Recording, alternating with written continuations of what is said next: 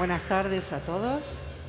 Quiero invitarles a hacer una travesía, un viaje para pensar la conciencia, y quisiera poder hacerlo siguiendo esta invitación de Proust que dice: el acto real de descubrimiento no consiste en encontrar nuevas tierras, sino en ver con nuevos ojos.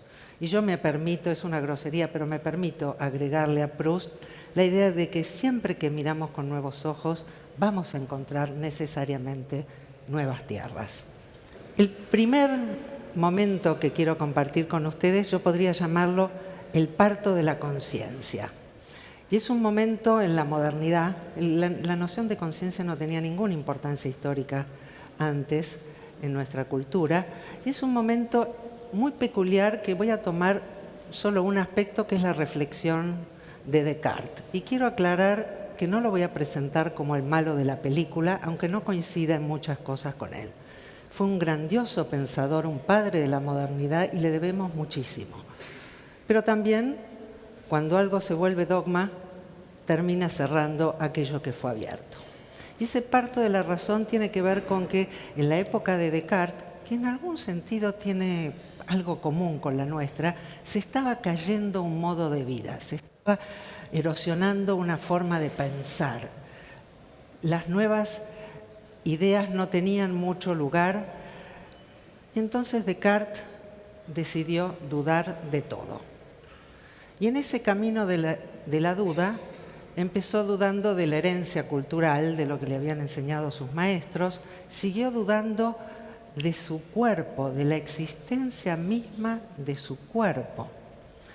Algo que ya, de hecho, si bien él había creído dejar atrás a los maestros, de alguna manera había empezado en Grecia con la idea de que los sentidos nos engañan. Y es que los sentidos nos presentan un mundo diverso y dan lugar a diversas formas de pensar. Y lo que va construyendo nuestra cultura, y en esto no es ajena la construcción cartesiana, es el privilegio de un único punto de vista. Este punto de vista que nace de dudar del cuerpo, de dudar del otro, de dudar de la comunidad, de dudar de prácticamente todo, hasta que un día, frente a la estufa, Descartes encuentra que hay algo de lo que no puede dudar. Y es de que está dudando.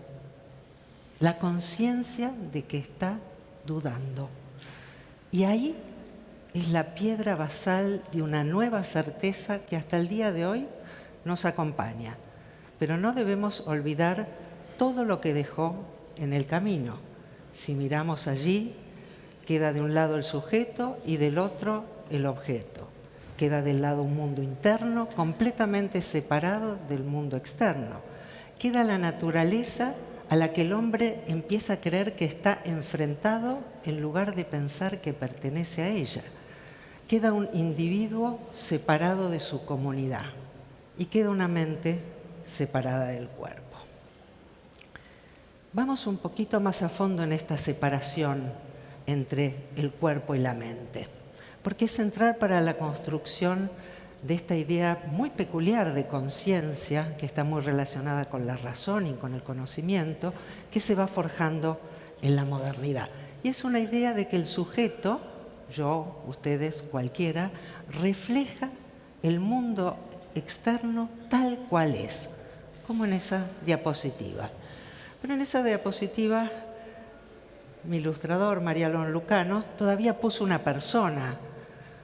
Debería haber puesto directamente un espejo, porque el sujeto que con tanta dificultad había nacido resulta encerrado en ese espejo. Pero a la vez, y esto es muy interesante para mí, ese mismo sujeto que tiene que reflejar, o sea, que tiene que observar el mundo sin participar en la observación, una cosa realmente extraordinaria. Al mismo tiempo le estamos pidiendo que controle al cuerpo, que domine a los instintos y a las pasiones que nuestra cultura ha temido y sigue temiendo. Porque no es casual que este punto de vista objetivo, que esta construcción racional, esto me lo enseñó en una hermosa conversación Evelyn Fox Keller, Este punto de vista desde ningún lugar y sin ningún cuerpo era casualmente masculino. Y no solo era casualmente, o no nada casualmente, masculino, sino que coincidía punto a punto con el punto de vista de las élites europeas. Este punto de vista desde ningún lugar fue la razón con la cual se construyó el colonialismo. Y si dejamos un segundo el aspecto del conocimiento y miramos qué le pasó a ese cuerpo tan temido, es que fue convertido en una máquina. Y esa máquina parecía estar conducida con un fantasma al que nadie se atrevió a explorar, porque el sujeto ese que nació para ser un espejo tenía que estar afuera del cuadro del conocimiento. Tenía que puramente reflejar y por lo tanto no podía verse él mismo. Y entonces en la modernidad se construyó una de las teorías científicas que algún día nos reiremos de ellas si no fuera por las desastrosas consecuencias que tuvo, como se han reído de las teorías medievales del flogisto, y es el conductismo. La idea de explicar la mente sin la mente. La idea que la vida mental humana está reducida a un amasijo de reflejos entre un input y un output que va a ser evaluado como una caja negra y que hasta el día de hoy en muchas universidades sigue siendo un espacio fundamental de construcción de conocimiento. Esta idea que hace de nuestra vida una no vida y de nuestra mente una no mente.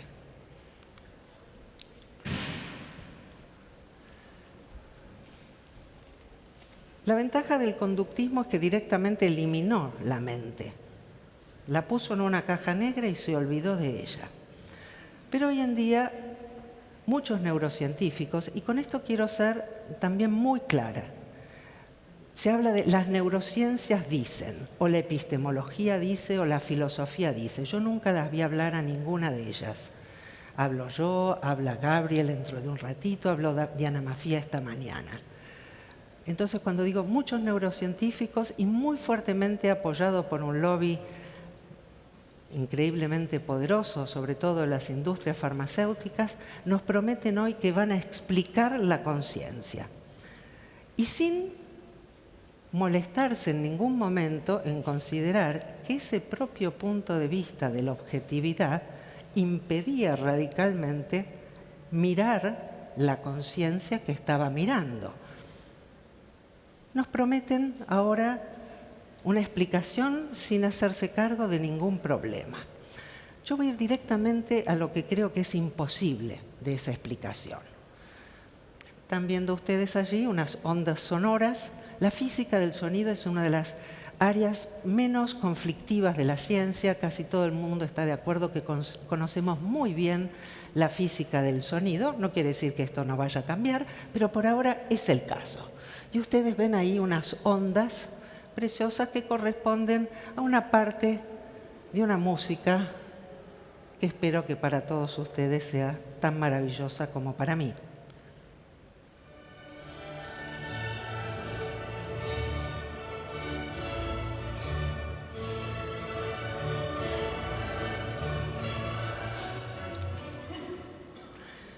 ¿Ustedes creen que esas ondas les explicaron algo de su experiencia de la música? No estoy dispuesta a aceptarlo, pero tengamos cuidado, porque hay un lobby muy poderoso que quiere hacernos creer esto. Y decía otro de mis grandes maestros, a quien solo he leído, pero así lo considero, que es Thomas Kuhn, que cualquier cosa suficientemente repetida se convierte en verdad. Y tienen todos los medios a su disposición. Entonces, me parece que tenemos que volver a revisar nuestra noción de sujeto, nuestra noción de conocimiento, nuestra concepción de la conciencia. La conciencia no estaba en el sonido y no estaba tampoco en el oído. Y mal que les pese a los neurocentristas, que no son neurocientíficos, son neurocentristas, mal que les pese a ellos, no estaba en el cerebro. Porque la experiencia de la música es la experiencia de un encuentro de un ser vivo afectivo con un mundo que tiene una historia. Yo puse, porque ya la tenía preparada y ya me habían obligado a mandarla y demás, la Novena Sinfonía, porque además me alegra y eso ayuda mucho. Pero anoche tuvimos el honor de ir a la invitación de la presidenta Bachelet a comer en La Moneda, la primera vez que yo entro en La Moneda. No quise venir a Chile durante todo el periodo de Pinochet, recién empecé a venir después. Y cuando salimos con unos amigos, no pudimos evitar buscar, y por suerte teníamos conexión, ese bellísimo tema de Pablo Milanés que dice: yo pisaré las calles nuevamente, yo pisaré las calles de Santiago ensangrentado. No me permito cantarlo, pero creo que cuando uno escucha ese tema, no escucha una música ahora, separado de una historia. Recuerdo aquel 11 de marzo en Buenos Aires que salimos a la calle diciendo: hermanos chilenos, no bajen sus banderas. No nos fue muy bien. Pero yo cada vez que veo La Moneda, que escucho ese tema, mi conciencia está atravesada por muchísimos afectos, por muchísimos movimientos inconscientes que van configurando una experiencia riquísima que no se puede reducir a una foto fija y que no se reduce jamás a un cablerío que pueda explicarlo. Esto no quiere decir de ninguna manera que las neurociencias nos puedan aportar algo, pueden aportar muchísimo. De hecho, una de las cosas interesantes que están encontrando es el inconsciente por todas partes. Porque efectivamente gran parte de nuestra vida es inconsciente. Pero da cosita nombrar a Freud, entonces lo dicen un poquito y lo borran diciendo: bueno, esto sí, pero la gran mayoría no. Pero sobre todo no tratan el tema del inconsciente, porque ahí se notaría claramente que la metodología empleada no es la adecuada.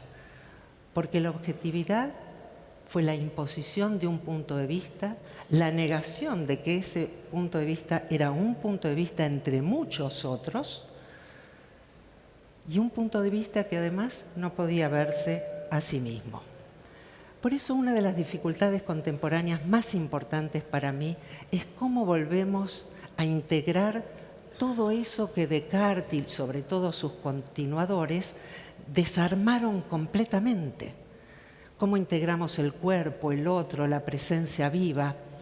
Y lamentablemente la propuesta del cientificismo tiene mucho que ver con este señor. ¿Lo conocen? ¿Saben cómo se llama? No.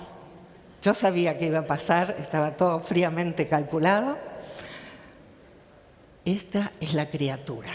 Frankenstein era el médico. Y Mary Shelley sabía perfectamente quién era el monstruo. El monstruo era el médico, que a partir de retazos cadavéricos quería crear un cuerpo vivo. Entonces, para mí, el desafío hoy es cómo integrar aquello disociado, aquello que el mecanicismo reduccionista cortó en pedacitos, miró cada uno por separado y ahora nos quiere vender que va a poder construir todo el sistema de vuelta. Y creo que una de las dificultades más grandes que tenemos es que cuando salimos del reduccionismo nos vamos al holismo. Y el holismo es la pretensión de que podemos verlo todo. Un ser humano no puede verlo todo. Decía otro de mis maestros, Paul Weiss, que el nivel holístico es el nivel de atención del observador. Hay muchos niveles holísticos, lo que no hay es una posibilidad de conocer el todo como tal. Por eso, todos estos ausentes no podemos invitarlos y decir: vengan, los vamos a sumar ahora, los habíamos echado pero los vamos a sumar. Tenemos que construir otra mirada. A esta mirada yo la llamo dinámica vincular. La dinámica vincular tiene que ver entonces con pensar desde el encuentro, con pensar en procesos y no en objetos, y con pensar desde un encuentro vivo. Una de las cosas que más me asusta cuando leo algunos trabajos de los neurocientíficos, que ahora hablan del cerebro solamente, ya no la persona, olvídense, es el cerebro solito, y pronto vamos a llegar, así como hubo un gen egoísta, vamos a llegar a la neurona solipsista. Y lo que más me preocupa es precisamente una idea de que el otro ser humano, ustedes que están allí, yo para empatizar con ustedes tengo una teoría de la mente. Yo creo que solamente a cierta gente que vive muy aislada y en modelos muy extraños que no tienen nada que ver con los nuestros, puede llegar a decir semejante cosa. Yo lo miro a mi marido y no deduzco ni interpreto su mirada de amor. Yo siento esa mirada de amor en una historia de miradas de amor. No hablo de las otras miradas porque también las interpreto también en esa historia. Entonces, creo que el gran desafío es volver a encontrar ese cuerpo que expulsamos. Decía Spinoza una pregunta fundamental. No sabemos, ¿quién sabe lo que puede un cuerpo? Porque no se trata de seguir en la disociación del cuerpo y la mente, pero sí en aceptar la multiplicidad de puntos de vista que nuestra experiencia va produciendo, pero siempre en una integración desde el ser vivo. El ser vivo no integra cualquier cosa según categorías abstractas, sino según lo que va necesitando en su vivir.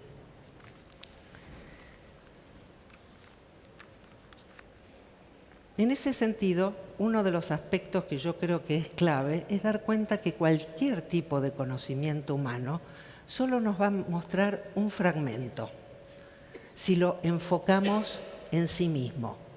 Pero si nosotros somos capaces de conectar con la vida y comprender la trama de la vida, ese fragmento ya no es un fragmento, es un detalle, es un aspecto que va a estar en tensión, pero también en posibilidad de diálogo con otros.